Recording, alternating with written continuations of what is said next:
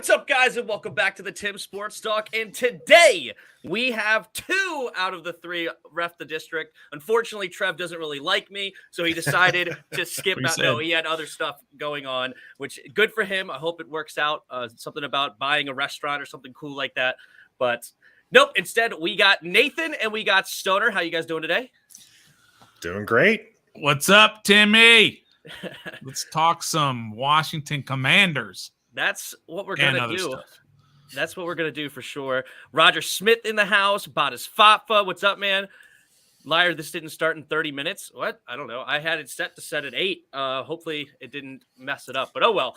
It is what it is. Well, last time I talked to you two, we were talking about the name, so we haven't talked since then. So how are you guys both feeling? I know Trev was like, I hate it. Then within like 5 minutes, he's like, let's go, Commanders. Yeah, he flipped real quick. So, Nathan, what do you think? You still getting used to it, or you're all in? Yeah, I mean, I'm definitely used to it. The amount of times. I don't think I've slipped up yet, Stoner. Have I called them Washington football team or the Washington Redskins? I was always one of the ones who was just like, just name them, just get it over with. I like the idea of having some fan input and doing all that kind of stuff, but it's just a name. Win games on the football field, and no one will care what you're called. Yeah. What about you, Stoner? Yeah, I don't know. I don't care for the name. I mean, it's not great. It's not terrible, but it is the name. Yeah, but more so than that, the uniforms, the helmet, all that stuff, good. That everything that goes along with it. Yeah, it looks really great. I'm happy about all that. But the name, I don't know. I mean, we'll get used to it. I don't much care. I mean, it's just boring and bland. But no problem. I'll still love it. I'll still rep it. No big deal. Yeah. Yeah. When I'm around friends and stuff, I'll still say the Skins, like the Skins draft. Take me off or stuff like that, but I have no problem in like this formal setting saying Washington Commanders. It doesn't hurt my feelings or anything like that. But we are getting the marching band back. Did you guys hear about this? I'm pretty excited about it. I'm not gonna speak for Stone, but the band was actually one of the reasons why my dad, who was born upstate New York, became a fan of the Washington Redskins. He was a band geek in high school, didn't follow the local team Buffalo, didn't follow New York, either of the New York teams as well down south. He fell in love with the band and that 70s Redskins team. And, thanks to his fandom, I became a fan, and the band is just kind of one of those unique things to Washington. And it's exciting that they're back on in full force. I know the last few years have been kind of tumultuous and a little unfriendly to some of the history elements, but happy to hear the band's coming back. You like in the HTTC? See, I can't even say it. I don't like it already. I'll just let you guys know. But Stoner, the HTTC? Yeah, I like it. It's kind of playing off of the traditions. The HTTR was around for so long, and people got used to that. And I think what both of these do, the HTTC, which they put out a poll, and that's what won. The team did, and the team has heard that we want the band as part of our entertainment, the tradition. They heard that, and I think it's refreshing. Maybe because, again, you came from the name, which a lot of people think that the team wasn't listening to the fans. I know you, in particular, Tim, you loved the whole Red Wolves angle. Everybody thought that was what the fans wanted and didn't get. Now they're listening to the fans. So let's appreciate that. And if you don't like it, well, this is a democratic society, and that's how the name or the hashtag went, right? The majority wins. And then now they're bringing back the band. They're listening, and I think that's progress. I think, Tim, and maybe do you at least like that they're keeping Hale? Because I think that's one of the things. I mean, they've been consistent with keeping Hale even throughout Washington football team, and now. So that's the HTTC doesn't bother me. It doesn't roll as quickly as HTTR, and maybe that's just because we're just so used to HTTR. But I'm just happy they kept Hale as a part of it, and that's something. Maybe that's really the hashtag that they need to do in the future is just the hashtag Hale. That wouldn't be bad. And you can change it, right? You can. It's. I don't want to say hail to the Commanders. I don't know. It just Hitlerian to me, I guess, or something. I have no clue, but it's just not something that I want to go down.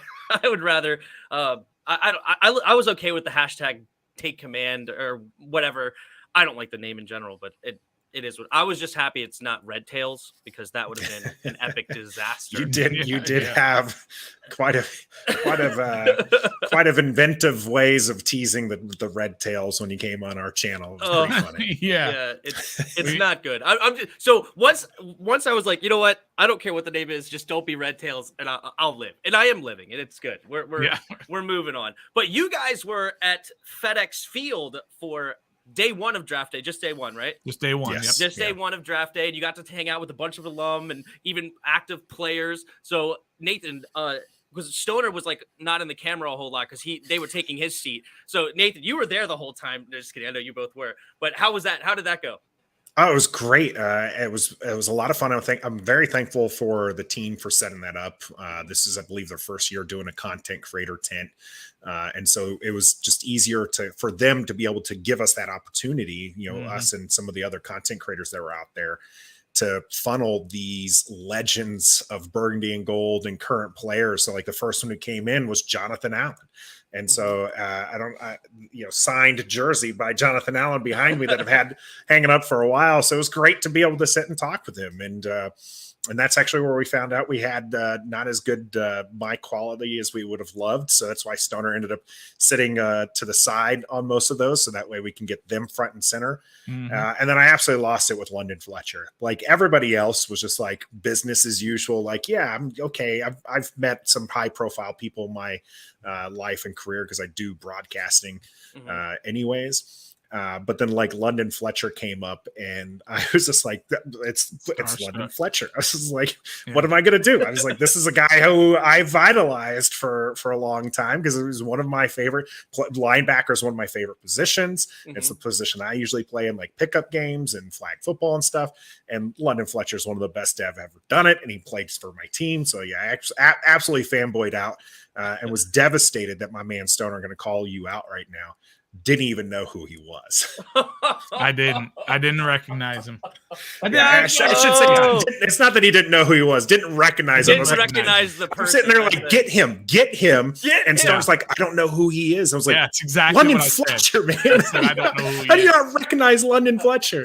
Yeah, because I haven't been a fan for as long as most people. I've only been a fan since about 2000, about the time Dan Snyder bought the team, which ironically, so I think all that I've was seen the entire time London was here during your fandom then. Yes, he was there during the entire time. Yeah. But most of that time I was overseas at the time. So it's not like I was, focused all the time on the team and getting all that information all the time. So I couldn't, it was bad. Okay. I should have recognized London Fletcher. Put your service out there as an excuse. I got you. Thank you both for your service. But look over here. I'd also been overseas that entire time too. So. Look over here. Don't look over there. But yeah. But overall, though, no, it's just kidding. That's awesome. Overall, though, at that event was awesome. Again, the team was listening when we asked, not we in specifically, but content creators asked if we could have a space to do some live stuff and to get access to players, current and past. And they did that. And that, again, they're starting to, at least from what I can see, they're starting to really listen to what people are saying and doing things that they haven't done in the past. And I think that's great. And I think we should appreciate that a little bit as we go along. And when bad things start happening, let's try and look at the good stuff that happens as well. Absolutely. What are the content creators? Who are I know DMV Sports Zone, that I think Nadi gave you guys credit for helping out him getting that media pass, which was really cool.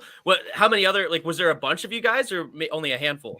Yeah. And I think it's important also that who helped us was Big Doug from the Big Douglas show. Shout out Big He Doug. helped us. And we tried to pay that forward to the DMV Sports Zone as well. But let Maul tell it. Jamal from Trapper Dive. He was there. Burgundy Zone was there. Let's see who else was there. Sidelines Washington with Parker Hamlet. He was there. DC Tweet Team was there. I think that's everybody. Well, I mean, content creators, and then also for the content creators, station. and then the radio station. Yeah, 100, the iHeart Radio, who's going to be carrying the games on the radio this year. They were there, so but I want to just throw this out there. We were the first ones in, last ones to leave. I'm just saying. Oh, there you go. We were there opening for a long it up time. and closing it down. Yeah, we were there for a long time, but it was awesome. It was just awesome to be there and get access to those players and feel that energy of draft day, right? When they're doing that, even when they traded back, we were screaming and yelling and just having a great time. Loved it.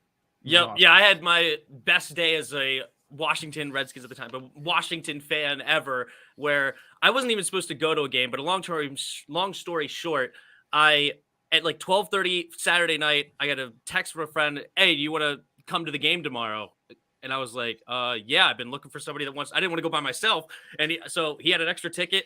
I pick him up. We end up at like a bunch of things happen, but we end up on the sidelines on the field, and I get to shake Chris Cooley's hand, which I played tight end and fullback. Yeah. So just similar to you looking at London Fletch, I'm like, Tim, that's Chris Cooley. And he saw me say that, and he walked up to me and was like, hey, what's up, man? How's it going? And shook my hand. I got a picture with him. It's my Facebook profile picture until my wife maybe put my wedding up there. And, Wise man. What are they going to do? Yeah, right. She's ruining it. But no, it was cool. So I'm very happy for you guys to be able to meet a bunch of guys and talk to them. And the couple of interviews that you put out, London Fletcher was one, and then Fred Smoot was the other, right? And maybe we did Kendall already as well. We did London. I don't know if we put out Kendall separately, but yeah, we put out London's and we put out Fred Smoot's. Fred, man, woo! He is a hoot. He is something else. He was very animated out here. Right? Yeah. Southern high-pitched voice. Yeah. Very, very, very animated. No receiver. We need defenders. Right? Yeah, that's exactly what he said. Yep. He's a defensive player. He wanted one of his homeboys out there. We got Curtis Samuel. We got Tanner McClure. We don't need no receivers. Yeah. Good deal. Awesome. Well, so before we get into the draft, there was a little bit of news here coming out of New York for James Bradberry, the cornerback. Of course, a former Carolina Panther. So he, of course, has ties to Washington now, may all of a sudden be on the market. And we are listed by the media as one of the top logical choices. Now, currently we have $11 million in cap. We are going to get about $11.8 million back from Collins at June 1st. Yep. Do you think there's any way that, would you guys like to sign James Bradberry? Nathan, go ahead. Yeah, I mean, cornerback depth is needed in a very pass-happy league. I think that he can still play very well. You have your starting corners who are really set. If St. Juice can come back healthy, I think that he's a solid third, cornerback. But then you're going to start guys that, I guess they're fan favorites, like Torrey McTyer was one that we had his dad on last year on our channel. So we like him, but he's not quite as good as somebody like Bradberry, right? So get that depth, and that way if you do have issues or somebody goes down, you're not lining up Torrey McTyer next to Devontae Adams.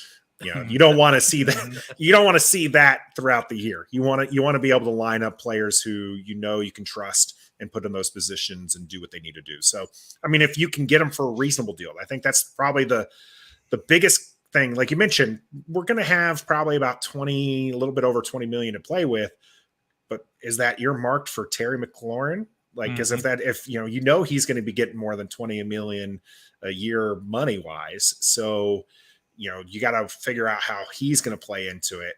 If it's the choice of paying Terry or getting your third, maybe fourth cornerback, I'm paying Terry.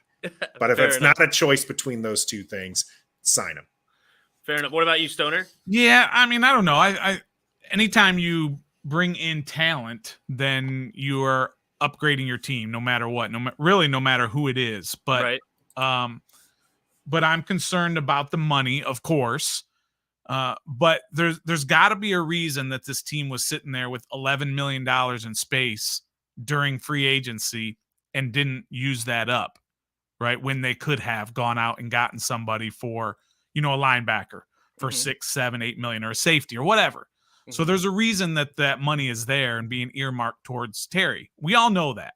They are going to sign Terry. That's not one of those things where, they better, or the fans will revolt. They're going to sign Terry.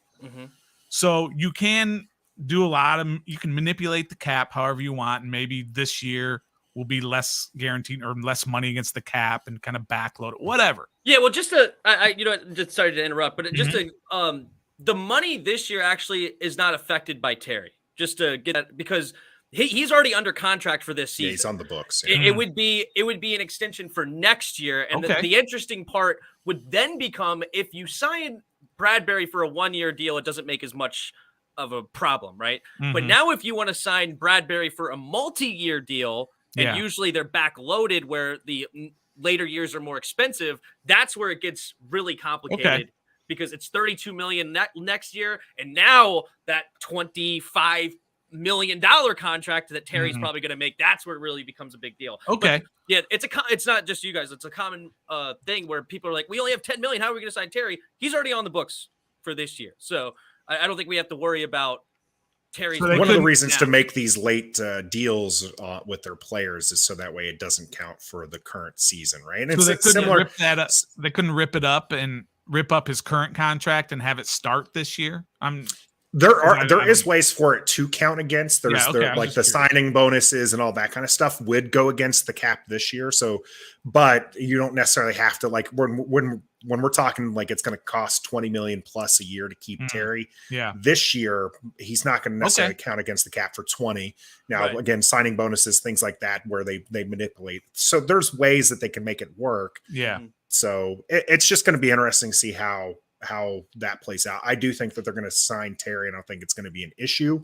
I'm not worried about that, but it is going to be one of those things that, who are they going to bring on and still keep enough money to keep this player, to keep, they still have to look at signing players like Montez Sweat and Deron Payne down the year. And that's where, Tim, you're talking about, if this contract, they sign him to a contract and it's backloaded, you got to make sure there's nothing on the books for the next couple seasons. So if you need to cut him, you can keep that money for one of the players that you really do want to keep. And the math for the salary cap, it's always fluctuating, and there's going to be more money down later, and you can always make it work. I mean, there's teams who live above the cap and then get underneath. So there's ways to make it work, and you're going to sign guys that you want to sign. And it's going to be, like I said, it's going to be interesting. We're looking at getting players now who've been cut, who you could probably get for cheap deals, 1-year deals that, could be improvements. I see a comment here about Eric Flowers, look at the players, they've signed a couple guards already, and, they felt comfortable moving away from Eric Flowers and signing some cheaper options. And so it'll be interesting to see who they do sign. And it's important to note now, these players that they sign, like Bradbury and others, well, especially Bradbury because he'd be cut, but these free agents, they don't count against comp picks. Right now, it's looking like Washington's going to get a 3rd and a 5th for having Sheriff sign elsewhere and Settle sign elsewhere for deals that actually match to that. And so that's one of the reasons why the front office waited this long to start free agency, and why they believed in doing free agency a little bit more after the draft is because you can get players, 1, for a little bit cheaper, and 2,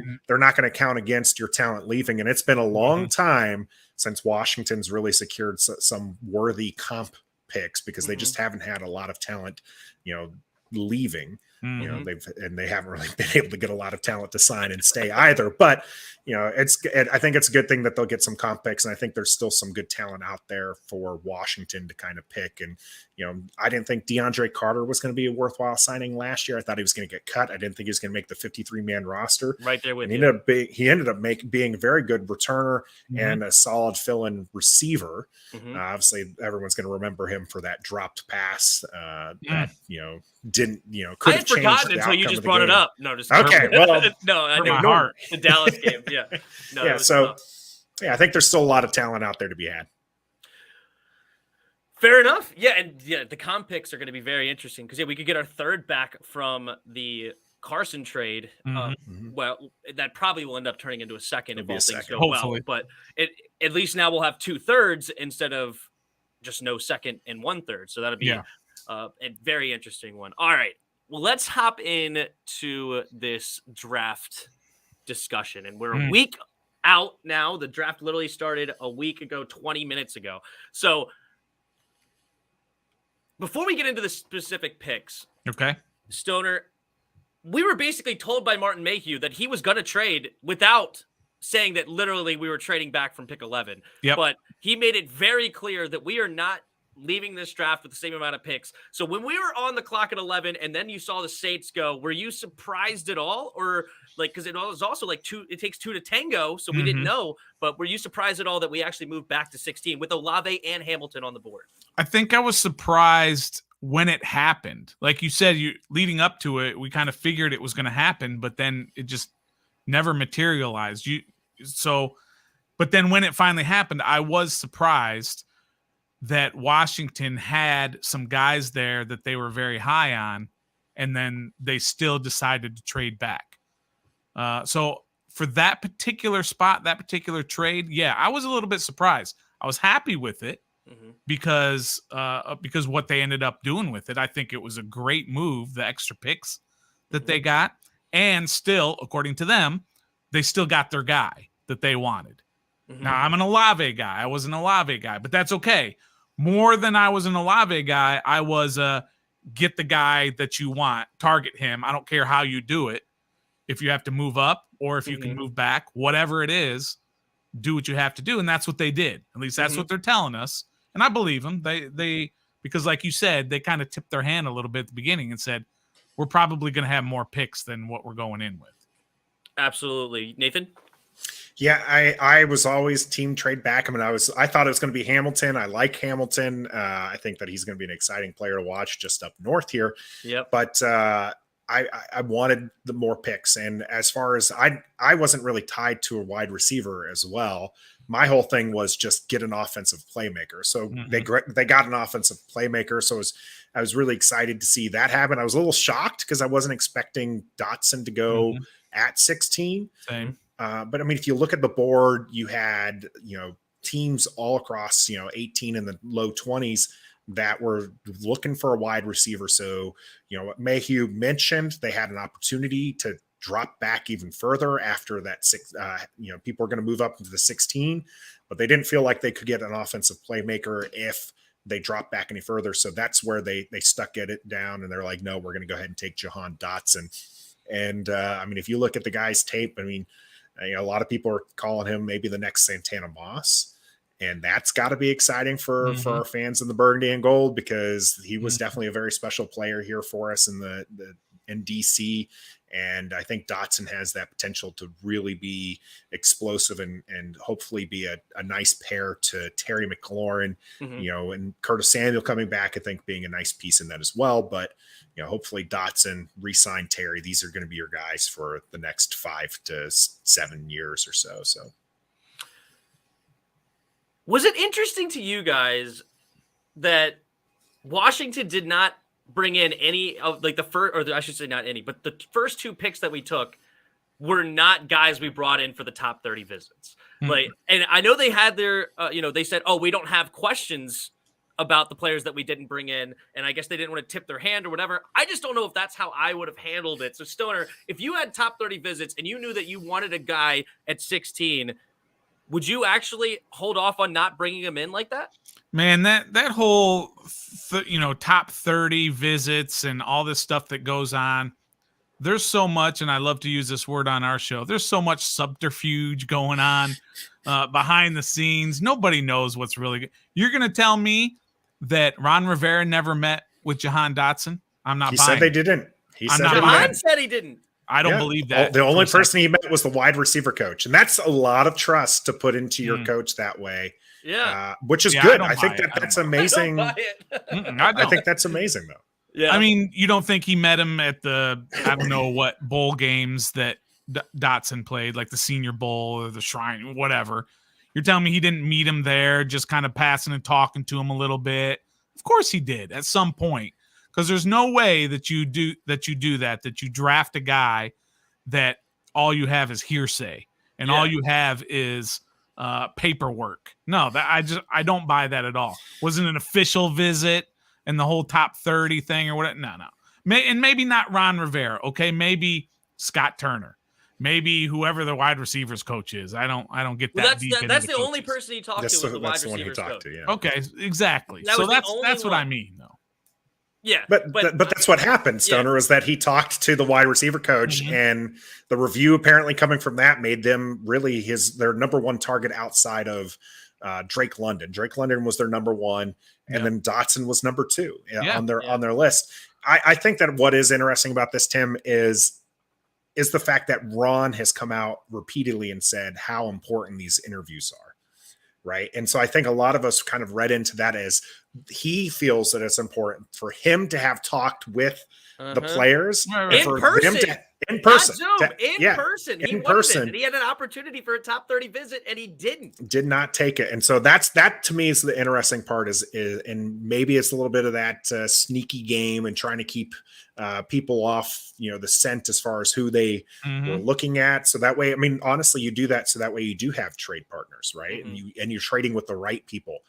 I know a lot of people were upset that they traded away the 11th pick and then Chris Olave was taken right then and there. Because, I mean, a lot of people were celebrating, they traded back. They're still going to they're going to get Olave and they're going to have picks. And then Olave's name was taken right there at 11 where they were sitting.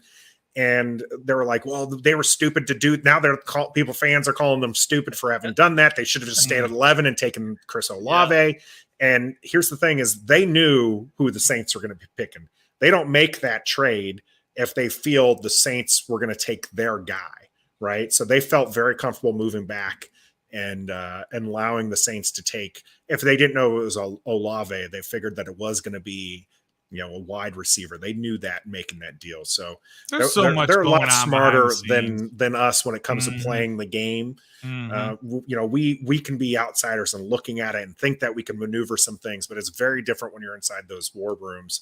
And they knew what was going on. They had their board. They had their vision. Might not have been the same vision we've had and that we've kind of concocted over the last few months since the season had ended. But they had their plan and they went in there and they executed it. I mean, a defensive lineman at 47 wasn't exactly who I figured they were going to be picking, but they prioritized stopping the run and running the ball. And you see that with their they got the offensive playmaker in the first, and they hit those two facts there in the second and third, stopping the run, running the ball. Don't get me started on those. So those are Stoner's least favorites. But I have a hot take of the first three picks. Let's hear it. The first three. The first three. All right. What's your take? We didn't take need until the fourth round. We didn't need another 5 foot 10 and a half, 180 pound, 4.43 wide receiver. We got 6 foot 205 Terry McLaurin at 4.35. We got 6 foot 200 pound De'Ami Brown at 4.44, and we got a 5 foot 11 4.31 195 Curtis Samuel. We needed a 6'3" plus 210 pound, also running a sub 4.5, can get separation. And his name was George Pickens, sitting right there at pick number 47. And he is actually the best hands in the draft. According to PFF, he had the lowest drop rate as his career in college at 2.1%. Dotson was at a 5.2, so over double the amount of drop rate. I know he only had 2 in his senior year, but as far as a career goes, but anyway, as I get off my soapbox, I don't think we drafted need until the free safety in the fourth. Well, if Nathan's your GM, then that's just fine because he doesn't believe in drafting for need. He believes in drafting I'm a best player available. Which they didn't do that either. I don't think they did that either. Yeah, exactly. I do have some questions on whether or not Darien or Robinson were the best player available at that point.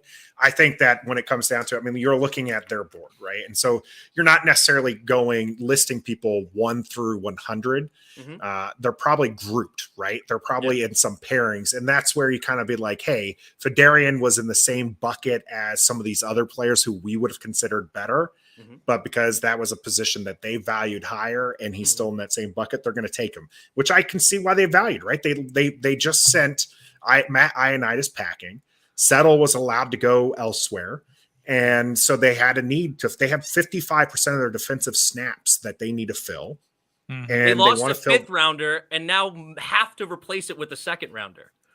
Well, they also got some really good value out of that 5th rounder. So we created a problem, and then you did another problem to fix the first problem. I'm with you, Tim. I'm right there with you. I hated that pick because if you looked at if you're being honest with yourself, okay, and people have called me a hater or whatever, that's fine. You can call me a hater. I'm not hating. I just giving my opinion that I don't like that particular pick. Before the draft, if you wrote down all of the needs for this team, position groups, offensive tackle, linebacker, of course, is number 1 on the list. Safety, safety would be number 1. A 3rd or 4th corner, tight end, all of these things. If you listed it, defensive line and especially running back is going to be at the very bottom of that list. Because there are plenty, it doesn't matter who you draft, that person is going to fill a need. No matter who you draft, that person is going to fill a need because you can't look at every position and say, oh, we're set there. We can't get better no matter what happens there. Yeah. So you have to prioritize, right? And if you prioritize, defensive line and running back is at the bottom of the needs list. And that's why I didn't understand. It's nothing against Mathis. Maybe he's going to be a Pro Bowler for the next 5 years. We can only hope. I'm going to jock him, and I'm going to love him, and I'm going to support him. Yep. But I just don't think that defensive line, when you have only 46 players are gone from that pool of players, and you're going to take a defensive lineman when you still got this huge pool of players, especially linebacker. Well, I know Nathan safety. Yeah, I know Nathan was more of the 3rd safety over the 3rd linebacker. And when I was doing my mock draft, he came into the chat and was like in the 2nd round, and I was like, all right, who am I going to take? And he's open Brisker, no question. Yeah. Of course. That's what I thought at 47 too. And we put out our short of me doing it. I was just like, it's 47. Brisker's right there. You're going to take Brisker. Yeah. Just take Brisker. It's the smart bit. And then it was for Darien Mathis. And I was like, okay. I was like, fine. Yeah. You're like, whatever. I was just like, not exactly. And Brisker went at 47. 48. Yeah, sorry. We were 47, 48. I do like Percy, the guy that they picked Butler. Up. Percy Butler out there in the 4th. Sure. Seems like he's going to be a good player, for the team. But I mean, just like, if you look at the list of safeties that I wanted Kyle Hamilton. I was good with him at 11. They traded back. I wanted Brisker at 47. They didn't take him. They took a defensive lineman. And so it was just kind of like, okay, now we're going to end up with this guy who, fine, but he's probably like the 10th or higher safety that was on the board. So maybe I don't know, maybe he's going to pull a Cam on us, and he's going to just be one of the best players, Cam Curl, and be one of the best players that they have in the defensive side of the ball. Maybe. They'd be great. They'd be great, but it just, I again, I wasn't happy with the pick at the time. I've definitely justified it since, looking at the board. Part I don't get either. How you just so easily justify I have to pull so to quick. All right, Stoner, I have to ask you this. Justify it. Who is your favorite pick this draft? My favorite pick was Butler.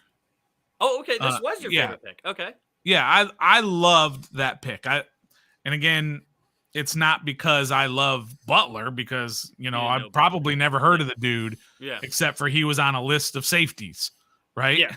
And maybe in a mock draft we selected him, or if you watch Chris Sims, he was number 5 on his true free safety list. Yeah, sure. I don't watch Chris Sims, so so I maybe know Butler. Not high on my watch list either. Maybe he's gonna be great. Maybe he's gonna be terrible, but that's the type of player that I felt that they needed.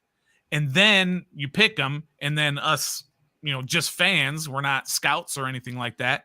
You start looking at him, and you're like, oh, this guy's going to fit the role that we need. But again, still didn't address linebacker. Still haven't addressed linebacker. Still today have not addressed linebacker. And I'm sure they will. But I've been saying that since last year. I'm not sure. Yeah, I've been saying it since last year before training camp. I said, they're going to sign another linebacker. Yep. They're going to sign, and they never did. Here's your boy. Well, I mean, they signed like the Mayos and guys like that. What's up? I know, we know P-Dub. Yeah, P-Dub loves him some Sam. Could you imagine being called the Red Wolves and drafting Sam Howell? Howell, yeah. I'm already calling their fan base the Sam Howell fan base the Howlers. So the Howlers. Yeah. But that was the other. What about you, Nathan? What was that your was the other pick I didn't draft? like, by the way. Howell. My favorite pick was I saw you. We're gonna get to Howell for sure. Yeah. My favorite pick at the when all said and done was Dotson. I think the number one thing, if you're looking at the needs, right? So I know you said that they didn't need a short receiver. But what I wanted was an offensive playmaker, and Dotson's an offensive playmaker. So he's the one who I'm probably most happy about. Again, safety was high on my board as far as needs, and I like Percy Harvin, but the player that I'm most excited to see. I like Percy Harvin too. Did we get him? No, just Percy Butler. Percy Butler. Did I say Harvin? Yeah, Percy Butler. See, I was thinking offensive playmakers. But Percy Butler. I think that when you're watching the games, I think the person who's going to stand out the most is going to be Dotson. I think if you're looking at and shout out to Tay and Todd, they posted this question was, which 3 picks do you want to be home runs when all said and done? And you want Dotson. You want the tight end Turner, right? And then Sam Howell's that other one that you want to be a home run. You want him to be a home run. I mean, what if he turns out to be a Hall of Fame QB, which would be a home run? Yeah, like that value in the 5th would be absolutely amazing. So, all right. Yep, and that's fine. All right, we beat up on Nathan, Stoner, and I with the picks here. Now it's time for me and Nathan to beat up on Stoner here because I completely disagree with your Sam Howell. But do you want to go first on Sam Howell? You can tell us what you guys what you think, and then let Stoner rip into this pick because he absolutely hates. Not that anybody's going to prove any wrong until 3 years from now. But now let me preface it by saying no preface, just do it. I've come around a little bit, but I still don't like it. Okay. Because you are using draft capital on somebody who is a third stringer. Okay. That's what he is. I mean, you only have second stringers up and down the roster, except for quarterback. So you're using draft capital, and a 5th rounder isn't great, but 5th rounder is where you get those offensive linemen, those blocking tight ends, those defensive linemen, which was what I thought they should have done. Yeah, that's where you get those guys, not quarterbacks. You don't get quarterbacks in the 5th round. I had somebody tweet us today that said, "Oh yeah, what about Mark Brunell? He was a 5th rounder." I said, "That's 30 years ago." You're reaching to. There's a reason they're drafted in the 5th round. I mean, you can talk about Brady, of course, and you can talk about Kurt Warner, and you can talk about Romo and Mark Brunell, but you've just named 5 guys over the past 30 years, and I can name about 100 first-round, second-round quarterbacks that got drafted that turned out because people know those guys who get drafted that early are great. So I just didn't like using draft capital on someone who first is going to be a third stringer for the foreseeable future. And second, again, you weren't addressing your needs. Third string quarterback is not a need. And to talk about this guy as a possible replacement, I'm not buying it that all of a sudden, because all these pros left North Carolina and that's what made him bad, or he just had a down year, but he's actually very talented. He was projected as a number 1 pick 2 years ago if he had come out, all that. That's fine. He's not that guy. I'm sorry. He's not that guy. And he's just basically a wasted draft pick. He's a wasted 5th round draft pick that you could have used on a guy like Chris Paul. We drafted Chris Paul, but another Chris Paul. Those guys that work out in the 5th round are usually offensive linemen and such. That's all. But I don't hate the player. I hate the game. That's all. This was the first pick to me that we actually drafted value, which is why I appreciate this pick. That's a terrible concept. Drafting value. So you got a good value. No, because I was not interested. Play? Yes, he can play. He can't. Yes, he can. Not at this level. He could totally play at this level. He comps to Russell Wilson beautifully. I don't care. 6'1". There's a billion guys that comp to Russell Wilson that can't play. No, well, he can play. I don't like Kyle. What's his name? Know if he can play yet because we haven't seen it. Who's the donk we had as third? Kyle Allen comps to Russell Wilson. No, and he can't touch him. No, he did at one point. Kyle Allen when he came out of school. No, Oh man, no. I just don't like. Number one, I don't like the whole value thing. Get the player you want. Who cares what everybody else thinks of him? Just take the player that you want, and don't take a guy that you hope doesn't play for 3 years. I don't get it. I don't get it. It's going to be somebody else's problem. Stoner's right on that part, right? You don't want him to work out in that sense. You don't want to see him for 3 years. You want Carson Wentz, the guy you just traded for Washington ever. Like, Who's he could that? never play with Sam Howell. He could never play down in Washington his entire career, potentially. And you're right. That's a good thing. That means Carson Wentz is hitting. Right. But Carson Wentz obviously has a history of injuries. He's been hurt 4 out of 6 years that he does play. All right. And he's not going to start. Sam Howell is not going to play this year. 5th round is when you could draft somebody that can sit, unlike Darien Mathis, who is a backup in the 2nd round, or Brian Robinson is a backup in the 3rd round. In the 5th round, we can actually draft somebody that has high potential. This guy does have serious potential here, or potential anywhere, but I'm just saying potential in the NFL. He's got a strong arm. He's got a great deep ball.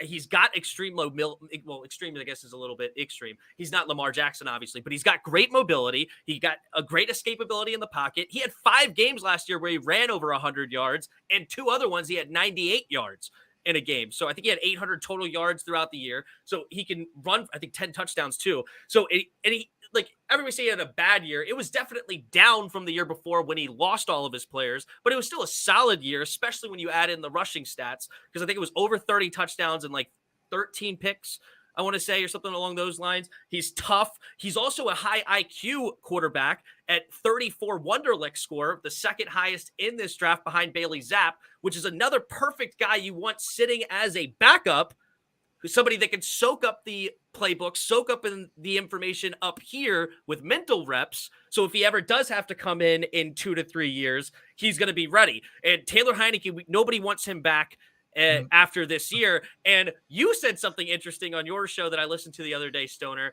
about this as well. And you could also respond to me if you have anything to say. But you wouldn't even trade Heineke for a 4th round pick. I did say that. You did. I wrote it down.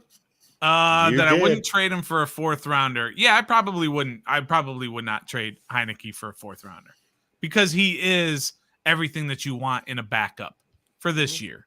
Okay, for a 1 year, for 2 years, maybe 3 even, possibly. You know, he's like a Colt McCoy. He's like a Chase Daniel. He's a competent quarterback that this team understands, and he understands them, and he knows what's expected, and they don't have to go into a room and try and teach him a whole new offense. You know what I mean? It's just a good fit for a backup quarterback. So I probably would not trade him. No. But I will say this, everything that you just said, yes. If you had not said that you were talking about Sam Howell, then you could have been talking about Kyle Allen. All those things that you said. Kyle Allen was a projected number 1 overall? No. Okay. Kyle Allen was a projected 2nd round pick? You're quibbling with a couple of things, and that's fair. But I'm just over the important things. No, I'm talking about the tangibles that you were talking about, the arm strength, the legs, and the things that he did in college. I mean, I didn't go all that look up talent. Kyle Allen stats beforehand, but did he have 5 games his last year in college over 100 rushing yards? And he might have. At 98? I'll look it up. Nathan. You don't have. You got it. Okay, yeah, you're the one trying to make the point here. That's right. As bad as the point is, I could be wrong, but I would be very surprised if he actually had those kind of mobility numbers. And I don't think his deep ball is as good as Howell is. Or like when Kyle was coming out, I don't think his deep ball is as good as what Sam Howell is today. And I think there's upside more for Sam Howell than there is Kyle Allen. Even though I didn't hate Kyle Allen, he showed some good things in Carolina. And if we actually gave him the reins here, he could be somewhat competent. But I'm glad we didn't. I'm not suggesting that I wanted that, but I'm just saying I don't think he's necessarily as bad as some people may make him out to be. I think he's an okay quarterback. But Raw Rebel, what's up, man? Thank you so much for the super chat. He says, nice. You guys kill me. We had a top-rated draft last year. How'd that work out? We'll see what Jamin Davis does this year. Sam Cosmi was great. Benjamin St. Juste unfortunately had a concussion, but he has some upside. Diami was not very good. Well, Diami, a lot of people are down on him, but I really think that this year you're probably going to see a little bit more. I think it's going to be a little rough for him based off the fact that he's now moved probably to our 5th wide receiver. I think that Cam Sims will see more time than him just because Cam is a bigger target and Wentz likes bigger targets. But Diami Brown can still take the top off of a defense. And I think that having a QB now in Wentz that can actually throw a deep ball, I think you're going to start seeing a little bit more of that. Because I just think that Diami, I mean, if you watch some of Diami's tape, he's having issues. Okay, I'm not saying that he was good by any means, but if you actually watch it, he was getting open there, especially early on in the season. But the problem is you have Taylor Heineke, who, while he is a very serviceable backup, maybe low end starter for some teams, he just wasn't getting the ball deep very often unless he was throwing like a javelin throw as in the field and the track and field race there. But I think that Diami Brown's fine. And I think Tim, what you're kind of also bringing up here is these grades that happen right after a draft are pointless. You really can't grade a draft until at least 3 years, in my opinion, finding, to say whether or not these players, for Darien Mathis, you guys might be down on him right now, but if he ends up being 55% of the snaps this year, Deron Payne leaves, and then in years 2 and 3, he's starting next to Jonathan Allen, I think you guys would be very happy with that pick at number 2, right? If Robinson ends up supplanting Gibson as the bell cow back, as Roger, shout out to Roger in your chat here, then yeah, I think people would be very, very happy with these kind of picks and grade this as a much higher thing. As far as like last year, you mentioned the top 3 picks. I think Jamin Davis has a bounce back year. I think that Sam Cosmi is our right tackle of the future. And I think that St. Juste has the potential to be a starter in this league. So I think that right there tells me last year is still going to pan out to be a very solid draft. I think this year has some potential, some questionable picks in it, but we can't really tell what this draft is until 3 years from now when we get a bigger sight picture of how they've actually impacted the field, to include the one that started this conversation, which is Sam Howell. Looking forward to those Kyle Allen stats that Stoner's brought up right now. But Sam Howell, you brought up the value, Tim. Yeah. You're absolutely right. This is a QB who was, well within the top 5 of the QBs of this draft. This is somebody who was projected to go in the late 1st to 2nd round of this particular draft. Previous drafts, he was listed as either the number 1 or number 2 in most people's mock drafts before the college season started. He had a bad year, but he also has some good statistics. This kid can literally spin the ball, which the spin rate to a ball, it helps with your accuracy. I think that he's going to be, I don't know if he's going to be a starter in this league, but if he can at least be a QB like Huntley up north here in Baltimore, right? People want him. If he can just develop into the QB that flashes enough that we might be able to get some draft off of him, then perfect. Like that to me would also be very valuable. If he just ends up being Taylor Heineke and sitting on the bench for us, he's a 5th rounder. That's what you want. That's that's what you're expecting out of a 5th rounder. So I think that the Sam Howell pick to me was great. I told Stoner and Trev a whole lot better than Derek Forrest. I'll tell you that. Exactly what we took last year. And I was higher on last year's draft than I am this year. But it's also, it's not even necessarily like the players, right? Because I do think Dotson could be a really good player in the league. I think for Darien Mathis, he does not give up ground. When I watched him against Georgia, even eating double teams, this guy does not lose ground. He looks silly running after the quarterback, but he hustles, right? I mean, he's got big, long arms. He looks like he's swimming trying to get to the quarterback. But, who cares? It's a defensive tackle.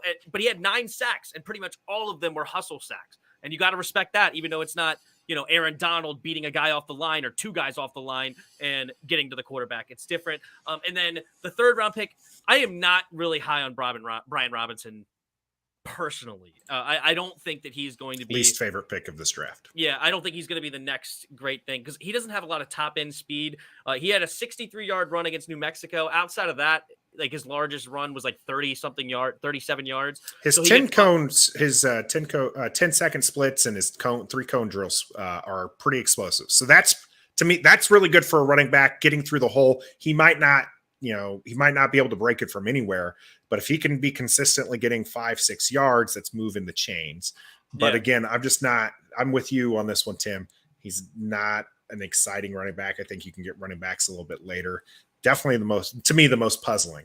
Yeah, you could have got Hassan Haskins in the 4th round from Michigan, who I think has a little bit more top end speed, who also never fumbled, even though Brian Robinson did have a fumble last year. I don't know why everybody's claiming that he had 0 fumbles, but if you look at the game logs, he did have 1. But granted, it's better than Antonio Gibson's 6 or whatever it was. But either way, Hassan Haskins actually did not have a fumble in his entire NFL or college career, I should say. Career, not just this last year, career. And he also averaged more yards per carry. He had more touchdowns. He didn't play behind the Bama offensive line. He did play in another big conference, but I would have preferred Haskins in the 4th because I'm not going to hate super hard on day 3 picks, right? So this draft is made for me and why I despise this draft so much on day 1 and 2. And I just don't like the first 3 picks because as I've already alluded to. And there's nobody, nobody who went into this draft, to Washington's draft, and says, you know what? This team really needs Peyton Barber back or a replacement for Peyton. We need that thumper of a running back in this draft. Nobody ever said that. But now after the draft, you don't miss 2-yard Barber? Everybody's saying they miss Peyton Barber, and that's why they drafted this guy. That's not a need. You're right. You can get that guy anywhere. People are saying it, and it's hilarious. That part drives me crazy. So that's why I didn't like that particular pick. And again, like you were saying, maybe these guys are going to turn into great players or whatever, but you're still going to be lacking in other areas that you didn't address. And I keep going back to it. Where's our linebacker? Cole Holcomb in the middle is not the answer. Linebacker He's a nice is not a player. Problem here. He's not the answer. I don't know what you're talking about, Stoner. We are set. We have David Mayo, John Kunajic, Milo Eifler. Are you joking? Yeah, the guy who doesn't even have his name announced at that Sunday night football game. Milo. All right, so we have 3 more picks in this draft. I'm going to ask which one is Nathan's favorite first, but first I'm going to give mine because it may be for a different reason, but I think we finally drafted the best at something in this draft when we drafted Chris Paul, not CP3, but CP the 7th, because he's the best singer in the draft. Have you guys heard about his I did single? hear about his mixtape. Not a mixtape. It's an R&B jam. Yeah. Let me Mother Nature, love me. Tell me that you love me like the wind blows is the chorus. All right.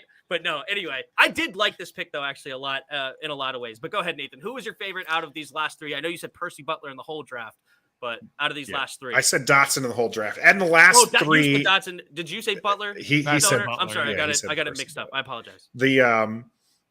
I agree with you here. It's going to be Chris Paul. I love getting, developmental linemen.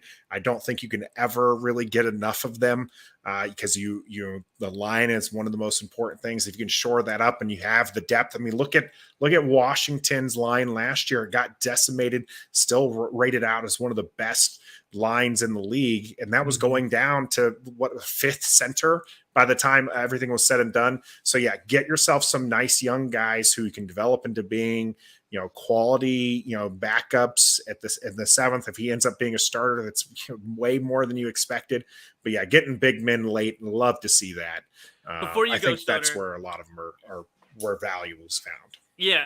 So I liked Chris Paul too, and I watched him in the Ohio State game, and he played arguably better than the 1st round pick opposite him, Tyler Smith, that went to the Cowboys. He did tremendous in that Ohio State game. So I don't hate this Chris Paul, and he does have the great position flex. The one thing is that I think you mentioned the offensive line coach when you were speaking, right? Because he did a great job coaching him up. He's coached him up just outstanding. John Matsko. That is why, you can't criticize unless you had a plan, right? I didn't like the 1st round pick because I wanted Trevor Penning the tackle. Sure. Would have been good. And people have lost their damn minds, pardon my language, if they took an offensive lineman. Oh, people would have hated it. But you give that kind of a coach, that kind of a player, you're not looking at a good offensive line. You're probably looking at a Hall of Famer tackle. And then you kick Cosby inside and he fixes your guard spot.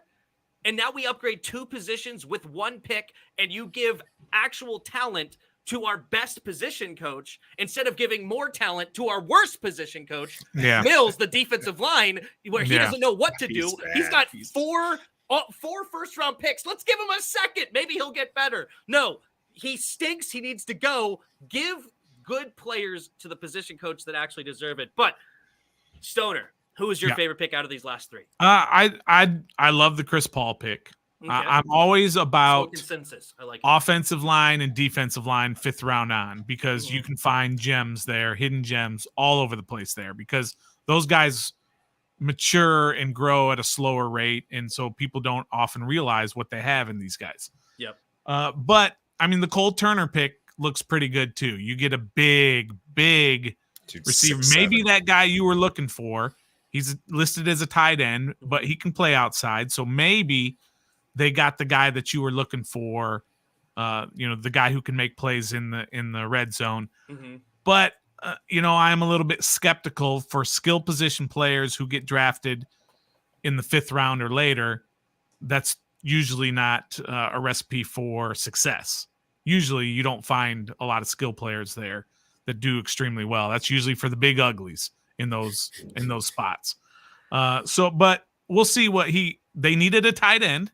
That's for sure. That was a huge need. And they went out and got somebody, and everybody thinks that he's going to be he's going to make the team. First of all, you got to worry about that, and that he's going to play. And then we can say bye-bye to Samus Reyes and stop that experiment and say that's over. Sorry, Travis. Sorry. It's over. I'm sure he'll probably go. The guy's bulked up enough. Maybe he ends up on the D line as well there. So have you seen that guy? He's looking pretty jacked right now. It's funny. He's on that Landry track. Yeah, if he becomes a defensive end, Jarris, I'm gonna have to hear that, because he said he should move to defensive end like 3 months ago. Hey, maybe he should move into defensive end. So he's gonna be. I told you. Anyway, that's cool. So the tight end. Again, I'm not going to bash somebody for a 5th round pick. I'm really not. Right. When I watched him, because I studied Carson Strong when we were all in the quarterback market of who we were going to do. And so I watched like several games on Carson Strong, and Cole Turner, obviously his teammate. I was not impressed with Cole Turner overall. He had some drops. He seems to be more of a zone beater, but he is a red zone threat. And that's probably where we're going to use him the most, and a big body guy. And maybe we could develop him into something, but out of the last 3, that's probably my least favorite pick, because Christian Holmes seems like a good scheme fit. He's a zone corner out of Oklahoma State. And so I don't know if you guys have any thoughts on that last pick. It's a 7th rounder. So he's a Cowboy. He's an Oklahoma State Cowboy. And I'm a Sooner guy. I was born in Oklahoma, right there at Tinker Air Force Base, military brat. Became a fan of the Sooners, so I'm gonna dog on the guys up north in Stillwater for a little bit. But no, I think that to me, he's a lot like one of those players we mentioned earlier, like Torrey McTyer, Corn Elder. Like you're just going to get younger and get the same level of play. But I mean, sure, I guess it works out. But I mean, again, you're saying you can't get mad at a 5th round pick. I'm not going to get mad at a 7th round corner. And if he doesn't see the field, then he doesn't see the field. It's not a big deal for that kind of pick. So, but he's going to dog on him for his college choice. Yeah, how dare he go to the wrong school. All right, well, the last 2 things, we did sign 2 other people after the draft, and we already talked about Bradbury maybe becoming something, but we did actually sign offensive guard Trey Turner and Alex Erickson, the punt returner, who also was a Carolina Panther, but not a Ron Carolina Panther. Do you have any guys' opinions on these 2? Because Trey Turner was a 5-time Pro Bowler. Sure. Absolutely. Sign him, see what he's got left, kick the tires on him, and see if he can help you out. Absolutely. Nothing wrong with it. $3 million, something like that. Yep. It's really nothing. cheap.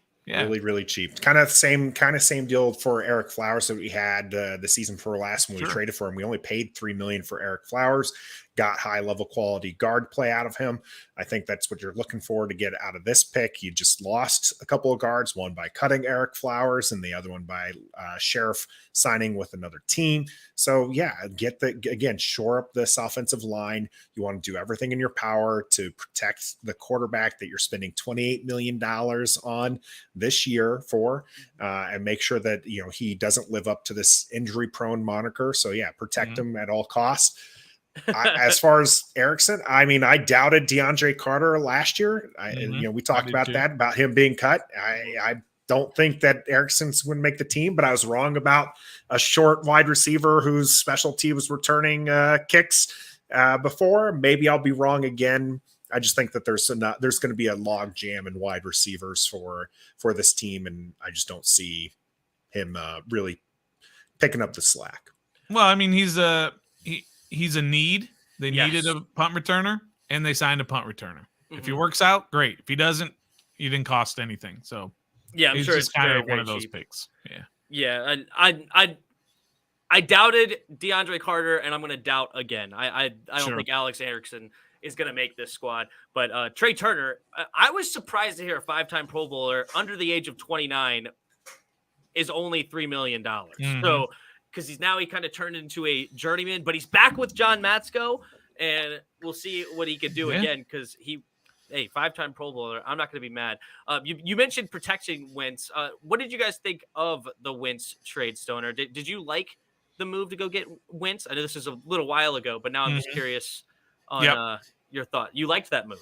Yeah, I loved the move simply because Nathan gets tired of hearing this because I say this all the time. What I want from this regime, from this front office, is to identify a guy that they want and do whatever it takes to get him. And that's what they did. They were not going to sit around and wait for the market, whatever market that is, trade market, free agent market, draft market. They were not going to wait and be left picking up the pieces like some of these other teams are now, like Carolina, like Atlanta, that they're like Seattle, that they're sitting there going, well, we didn't make a big move to get anybody. Yeah. We didn't draft anybody high because there is nobody to draft high except for Pittsburgh. But they didn't want to be that team. And I don't want to be that team either. I don't want to be the team just sitting there waiting around and hoping that something happens. Is he great? No. Does he suck? No. Is he a huge upgrade over everything that we've had for the last 5 years? Approximately. He's a monster upgrade. It doesn't mean it's going to work out, but I certainly am happy that they identified what they wanted to do and they did whatever it took. So it cost them a couple of draft picks and it cost them $28 million for 1 year, and we'll see where it goes from there. And if it doesn't work out, they cut bait and they try again next year.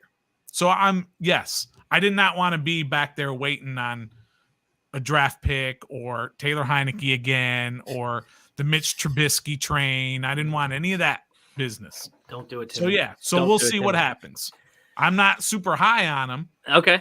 But I'm happy with what they did. So we did a couple QB profiles on our channel, Ref the District, and the running joke in there was how much I did not want to talk about Carson Wentz and kind of left it up to our viewers if whether or not we should. Thankfully, I never ended up having to based off the viewers, but I ended up having to before we acquired him. Before we acquired him. Yeah. Before we acquired him. I just didn't. He was not somebody who I felt was worth trading, picks for. Right. I didn't want Garoppolo, Jimmy G for the same reason. I just didn't think that giving up draft assets was worth it when you're probably going to get somebody, like Mitch Trubisky or Mariota or somebody who's going to just kind of hold the water until next year. And you can get QB higher in that draft. The QBs in that class next year's draft are supposed to be really good. Now, that being said, I might not have wanted him, but I love that they have not restructured his contract yet. Because it costs $28 million against the cap this year, but it's essentially a $28 million loan because 1 year is all you have to do. If he stinks it up, if he ends up injured or something, he just doesn't pan out for Washington. You cut ties and you can start fresh. Yep. That's with a new to me, that's coaching wonderful. Staff too, by the way. Probably a new coaching staff. If things tank this season, I do think it'd be hard to keep Ron and company, and especially if you're going to go after a QB in the first round, you're going to want to pair him up with the coach that is the one who's going to stick with him, not somebody who might not be able to turn it around at that point. Now, so that's why I ended up loving this Wentz trade. I feel like, spending a third and a second for 1 round rent or 1 year rental might be a little high, but this really sets you up, I think, for future years. If it works out, you're great. If it doesn't work out, I think with the fact that they haven't restructured, makes this a very solid deal for the team. And I'm excited to see what he brings. I mean, we're going to have the deep ball back in DC, which is great. I think that the wide receivers are definitely going to benefit. I think the defense is going to benefit from only less than 10 picks. You're talking about the fact that the offense should be moving the ball a little bit better, so the defense isn't going to have to play almost the entirety of a game. So I think that there's going to be some good things here happening with Carson Wentz. So hopefully that's the case and as it pans out. Fair enough. Before I go, Skin the Live. Tim, any thoughts on the John Riggin comments on the draft? Did you guys see these? I did not. No, Skin the Live. Tell us what he said. But I'm going to talk about. I love this Wentz trade, and I thought it was arguably the best case scenario out of this whole offseason. First of all, least amount of capital plus upside ratio. Right, I think he has the most upside with the least amount of capital. And then you mentioned all the contract stuff of I'm 1,000% agreement. And yet somebody asked me like 2 weeks before the trade went down and asked what I thought about it. And then that's when all of my thoughts started turning. And I was like, I think that would be an awesome move. And then sure enough, it happened. And I was jumping up for joy. So good deal. But anyway, all right, I don't think Skin Them Alive is going to get that comments in time. But really, do we care what John Riggins has to say about the draft? We love John Riggins, but he's not a part of this organization anymore. So so it's not like he's an insider or he's a part of the front office or anything. He's had some questionable takes over the years too. So it's not, and again, you can't really rate this draft, even though we can tell Stoner he's wrong on how. We never did hear those Kyle Allen stats. Well, you never gave me a shot, but that's I don't think we need to hear them because it's a 5th round pick. I figured if they were good, you would just pipe up. But correct. Not willing to give us the information that helps our argument. Yeah, so I was just gonna let it die because I think no, it's all good. It's funny. Called the draft illegal. Says every player has the right to go wherever they want. Well, there you go. That's funny. That's go Rigo. Go Rigo. Yeah. I mean, you could have a league that way, I guess. I mean, it is baseball, but they still have a draft too. So they still have a draft. Sure, they do. I was just thinking about the cap number, but they still have a draft. So I don't know. Isn't that why Riggins sat out a year or whatever because he'd wanted to be a free agent and they wouldn't let him or something like that? It feels like it. Yeah, it was kind of really before free agency was a thing. Yeah. The owners used to have real big control of what players went where and stuff. And finally the players were able to start up free agency and kind of determine where they want to go. I think that the way it's set up right now is just fine. I mean, you have to give poverty teams, a chance to get players of quality. Otherwise you're not going to have parity, which, some would argue that there's still not enough parity in the league, but I would disagree when you look how much turnover is in the playoffs every year. So I don't think that they should right out the gate need to choose. Maybe reduce the contract so you only get a couple of years before free agency begins, but players get a choice where they want to go. Or you can just suck it up in your college years, be an undrafted free agent, and then you get to choose where you want to go. There you go. Yeah, suck on purpose, and then but have connections, I guess. Yeah. In college. Hey, I'm just gonna be. I'm not even gonna play. But I can play. You saw me at one point. No, that's funny. Awesome. Well, thank you guys both for coming on. Sad that Trevor could not join us. So he's running from me. No, just kidding. That's twice we've talked to you and then never talked to Trevor. No. Oh, he wasn't on when you.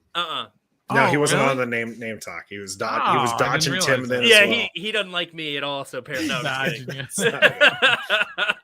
No, I'm sure we'll get it on. I'll probably invite you guys on, or if you guys want me on again too. But I'll probably invite you guys on sometime before the season again, and maybe we could get Trevor on that. So that'll be fun. But there you go. Thank you guys for coming on. Thank you everybody in the chat for watching.